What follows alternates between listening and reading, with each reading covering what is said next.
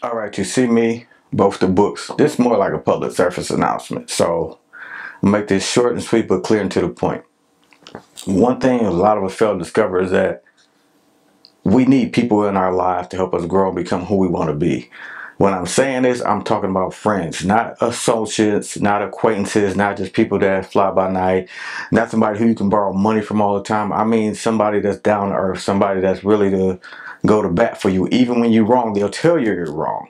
So with men, it's rather intriguing because we're combative, we're defensive, we're offensive at the same time, but we'll buck at one another. Yet and still, you need somebody to buck back. If that makes sense, I want you to grasp what I'm saying. Like you might, you bump heads because you may think one way, but they may be telling you the truth. So the reason I'm bringing this up is because it's the little things for me personally that counts in friendship. I mean, to call in and say, like, I have called one of my partners, man, he like my brother, basically like my little brother. I'd asked him for something. He's like, okay. He said, man, I hate that I can do. But he called me today.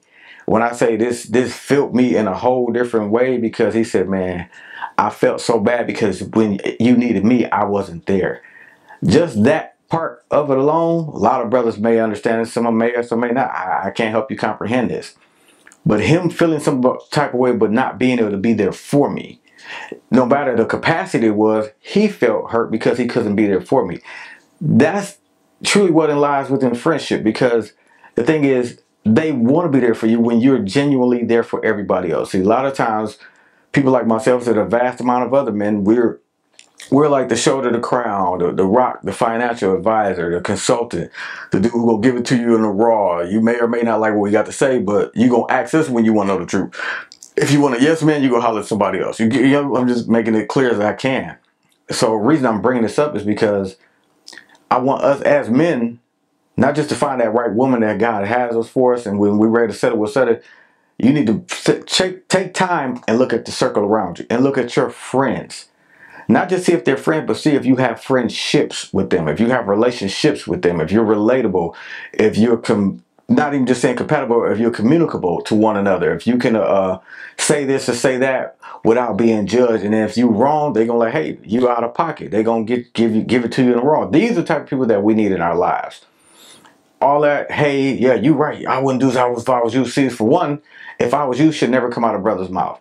Because you should never say that, because now you're comparing yourself to that man. We should never compare ourselves to another. My verbiage is always, my suggestion is, you may want to look at this situation from this vantage point or from that point of view. I'm going to give you a suggestion.